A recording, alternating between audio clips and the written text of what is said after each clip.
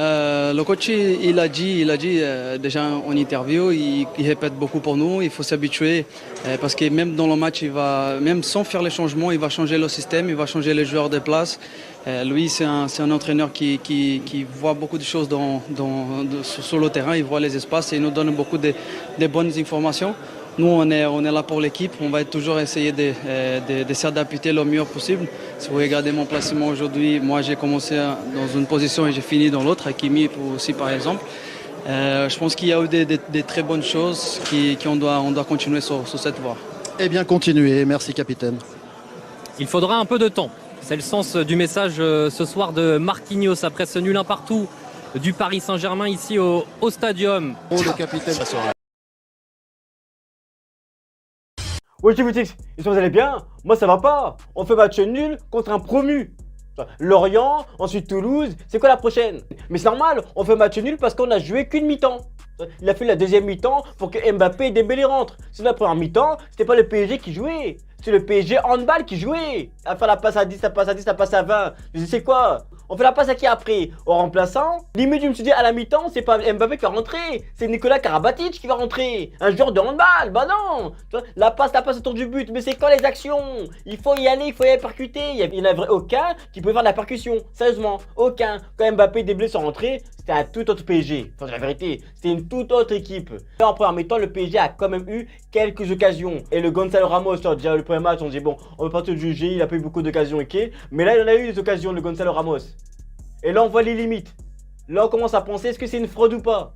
Parce que le Gonzalo Ramos, on va bientôt l'appeler le Gonzalo Sergio Ramos. Parce que là, tu nous empêches de mettre des buts. Non, mais là, tu as une occasion en or pour mi-temps, tu arrives à mettre à côté. Et les autres fois, on peut dire oui, les défenseurs l'ont gêné, je sais pas quoi. Mais là, personne n'était là pour te gêner. C'est intentionnel. Là, tu l'as fait exprès, limite. Non, mais moi, je le dis carrément, t'es plus un défenseur pour nous qu'un attaquant. Tu nous empêches de mettre des buts. Carrément, il n'y avait personne en attaque. Notre meilleur joueur et notre meilleur attaquant en première mi-temps, c'était Hakimi. C'était un arrière droit. À droite, mais en même temps, quand on fait la compo, Kangili à gauche, je vois Vitinha attaquant droit. Vitinha attaquant droit. Mais non, mais Enrique, c'est quoi cette erreur du débutant? Je savais que Vitinha, il a du mal à finir les occasions. Le mec, tu peux le mettre devant un but vide, il marquera pas. Comme au Bayern. Dans deuxième mi-temps, quand Dembélé lui fait une passe en or, là aussi, il n'a pas terminé. Il fait des frappes qui manquent de calcium, qui manquent de vitamines. Des frappes, le ballon n'a même pas envie de rentrer dans le but. Des frappes sans conviction, non. Et le Kangin, qu'est-ce qu'il a apporté? Sérieusement, en deux matchs. À part des fans en Asie et un peu d'argent, voilà, en Asie. Qu'est-ce qu'il nous a apporté? Parce que Mbappé, il est venu, en 2-3 touches, il a provoqué un penalty. Alors que le Kangin, à sa 30e touche, il nous a tous provoqué de l'ennui. T'es trop schématisé, c'est ça le problème. Tu sais que les Asiatiques ils sont carrés, ils travaillent et tout, ils respectent. Mais là tu respectes trop le plan d'Enrique, t'es trop schématisé. Sors un peu, je sais pas. Fais comme Naruto, crois au pouvoir de l'amitié, bats-toi pour l'amitié, bats-toi pour tes frères, je sais pas. Fais quelque chose. Non, il a été trop dans le schéma, trop à respecter les consignes. Non, Mbappé est rentré, en 2-3 occasions, boum, il provoque un penalty. Il était à 2 doigts de mettre un doublé. À un moment, pour moi, il aurait pu frapper. Mais il a essayé de chercher Gonzalo Ramos, alors que lui-même, Gonzalo Ramos, il sait pas où il se trouve. Lui-même, il est perdu. Non, j'aurais même préféré avoir Ekitike à sa place que lui. Donc, au lieu d'essayer de combiner avec Gonzalo Ramos, Nasser, prends ton combiné. Et appelle vite Koulibaly, vite, très vite, parce que lui il est pas bon, faut dire la vérité. Sinon Dembélé m'a agréablement surpris. Mais je savais pas que Dembélé pouvait créer le jeu comme ça, je sais pas qu'il pouvait faire des passes comme ça. Non mais toi, on connaît Dembélé pour ses feintes, tu savais qu'il pouvait feinter quelques défenseurs, mais on savait pas qu'il pouvait feinter tout un pays, tout un championnat, tout un club. Parce qu'il a feinté le Barça, parce que jamais je l'ai vu jouer comme ça au Barça. Bon d'habitude je regarde plus les matchs du Real, mais même lors des classiques et tout, je l'ai jamais vu faire ça au Barça.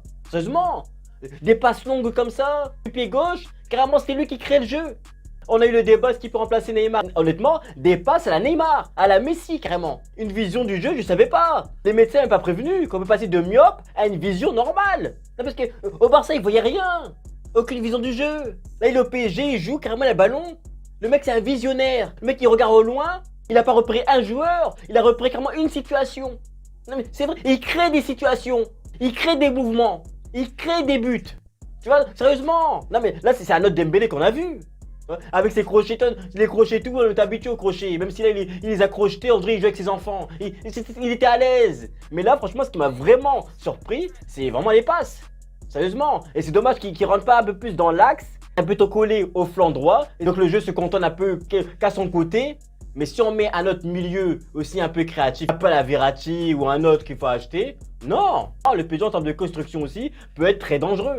Donc Nasser, tu sais ce qu'il faut faire, acheter un milieu et un vrai attaquant. Parce que non, lui non, là c'est une blague. Là c'est une blague. Le PSG aurait dû gagner au moins 2-3-0 et ensuite après le penalty, la faute de Hakimi. On peut pas en vouloir à Hakimi parce qu'en premier mi-temps c'est lui qui a tout donné. On peut pas trop l'en vouloir et on peut pas lui en vouloir si le mec en face de lui il fait du 39. Ça, Hakimi fait des grands pas, il est habitué à ce que les gens en face de lui aussi ont des grands pieds. Toi, il est habitué, le mec qui fait du 39. Un pas d'Hakimi, c'est les 2-3 pieds du joueur toulousain. Il est pas habitué. Non, c'est pas la même pointure. En courant sans faire exprès, il a pris sa chaussure sans faire exprès. Mais sinon, c'est une petite erreur. Qui n'est même pas intentionnelle, donc on peut même pas en vouloir à Hakimi. Tu vois, moi j'en veux même pas à Hakimi, on peut pas lui en vouloir. La prochaine fois, Enrique ne veut pas durer le suspense et met directement Mbappé et Dembélé titulaires. Et là, on va voir un vrai match. On ne peut pas être sur notre fin comme ce match-là. Parce que là, franchement, ils ont joué qu'une mi-temps. Le PSG a joué qu'une mi-temps. Donc, je sais pas ce que vous pensez dans les commentaires. Est-ce que si Dembélé et Mbappé avaient joué les deux mi-temps, est-ce que le PSG aurait pu gagner au moins 2-3-0? Faites ça dans les commentaires. Et est-ce que pour vous, Dembélé peut créer le jeu? Créer le jeu au PSG, peut être le dépositeur du jeu au PSG où il faut vraiment un autre milieu créatif et tout. Faites ça dans les commentaires. Et on se capte plus tard.